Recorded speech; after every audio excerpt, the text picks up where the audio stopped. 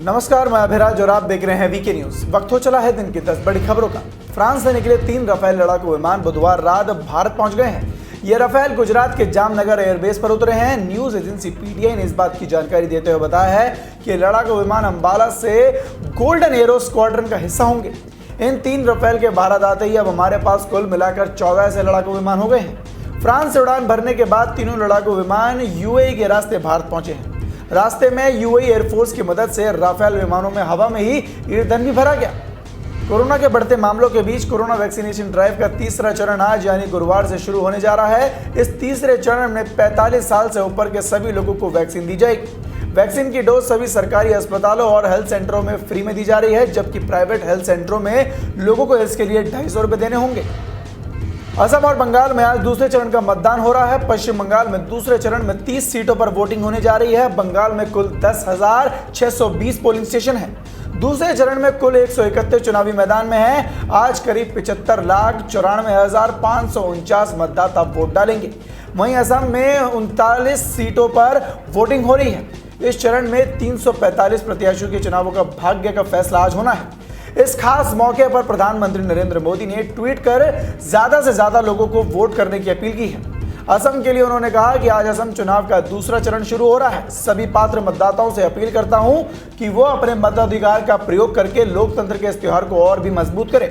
वहीं पश्चिम बंगाल के लोगों से भी उन्होंने रिकॉर्ड नंबर में वोट डालने की अपील की है। बंगाल और असम में आज विधानसभा चुनाव के दूसरे चरण के लिए वोट डाले जा रहे हैं। पश्चिम बंगाल के 30 विधानसभा सीटों पर 171 प्रत्याशी तो असम की 39 सीटों पर 345 उम्मीदवार किस्मत आजमा रहे हैं। आज हर किसी की नजर बंगाल की नंदीग्राम सीट पर है, जहां ममता बनर्जी और शुभेंदु अधिकारी के बीच महामुकाबला है।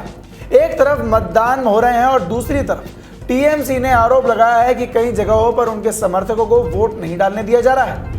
मदीनीपुर साउथ 24 परगना में टीएमसी का आरोप है कि उनके लोगों को वोट नहीं डालने दिया जा रहा है। फ्रांस में कोरोना वायरस महामारी की तीसरी लहर बहुत तेजी से अपने पांव पसार रही है। ऐसे देखते हुए सरकार ने देशव्यापी लॉकडाउन लगाने का फैसला लिया है। राष्ट्रपति इमैनुअल मैक्रोन ने बुधवार को देशव्यापी लॉकडाउन लगाने का आदेश दिया है और कहा है कि स्कूलों को 3 सप्ताह के लिए बंद कर दिया जाएगा, ताकि कोविड-19 संक्रमण की तीसरी लहर को पीछे धकेलने में मदद मिल सके। नहीं तो तीसरी लहर अस्पतालों पर भी भारी पड़ सकती है। उन्होंने कहा कि अगर अभी भी कोई ठोस कदम नहीं उठाया गया तो हम कोरोना पर नियंत्रण खो देंगे। अफगानिस्तान में बुधवार गुरुवार रात भूकंप के तेज झटके महसूस किए गए। रिक्टर पैमाने पर भूकंप की तीव्रता 4.3 रही। नेशनल सेंटर फॉर सिस्मोलॉजी के मुताबिक अफगानिस्तान के उत्तर पूर्वी में स्थित फैजाबाद में भूकंप के झटके से धरती कांपी है।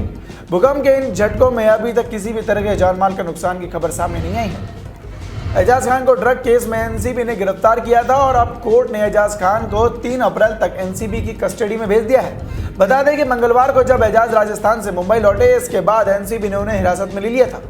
एनसीबी की टीम एजाज को अंधेरी और लोखंडवाला के कई ठिकानों पर छापेमारी भी की है।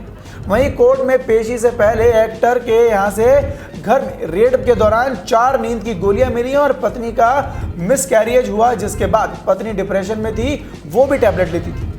भारत और पाकिस्तान के बीच क्रिकेट मैच का इंतजार कर रहे प्रशंसकों के लिए अच्छी खबर सामने आई है। 3 प्रतिद्वंदी टीमों के बीच क्रिकेट सीरीज का आयोजन का उनका इंतजार जल्द ही खत्म होने जा रहा है। आपको बता दें कि भारत और पाकिस्तान की टीमों को 2 अप्रैल से शुरू हो रही त्रिकोणीय T20 सीरीज यानी कि tri nation T20 cricket series में एक दूसरे के खिलाफ मैदान में उतरेंगे। भले ही यह मुकाबला तीनों देशों के नेत्रहीन क्रिकेट टीमों के बीच खेले जाएंगे, लेकिन भारत और पाकिस्तान की टीमें किसी भी खेल को किसी भी प्रारूप में उतार कर उसको रोमांच की गारंटी देते हैं। त्रिकोणीय T20 सीरीज 2 अप्रैल से शुरू होगा और 8 अप्रैल तक चलेगा। एनसीबी ने ड्रग्स से जुड़े एक मामले में बॉलीवुड एक्टर और बिग बॉस के पूर्व कंटेस्टेंट एजाज खान को गिरफ्तार किया था। एनसीबी की रिपोर्ट के मुताबिक जांच में पता चला है कि शादाब ही वो शख्स था जो एजाज तक ड्रग्स पहुंचाता था। इसके बाद एजाज ड्रग्स को बॉलीवुड के जुड़े कई लोगों तक पहुंचाता था। बताया जा रहा है कि एजाज के ज्यादातर क्लाइंट टीवी इंडस्ट्री से जुड़े लोग थे। इन तक ड्रग पहुंचाने के लिए एक्टर व्हाट्सएप में वॉइस नोट फीचर का इस्तेमाल करता था। ऑर्डर मिलते ही रिकॉर्डिंग को डिलीट कर देता था। साथ ही ड्रग्स को लेकर कस्टमर से सीरियल और फिल्म के नाम पर बने कोड में बात होती थी। दिग्ध एडीएफ मिलिशिया लड़ाकों ने डेमोक्रेटिक रिपब्लिक कांगो डीआरसी के पूर्व हिस्से में कत्लेआम करते हुए 23 लोगों को मौत के घाट उतार दिया।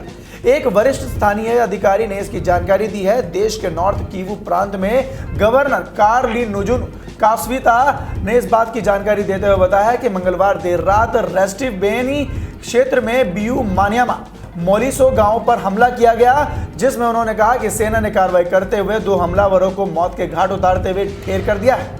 तो आज के लिए इन 10 खबरों में सिर्फ इतना ही। देश और दुनिया की ऐसी ताजा तमाम खबरों से जुड़े रहने के लिए देखते रहें बीके न्यूज। धन्यवाद।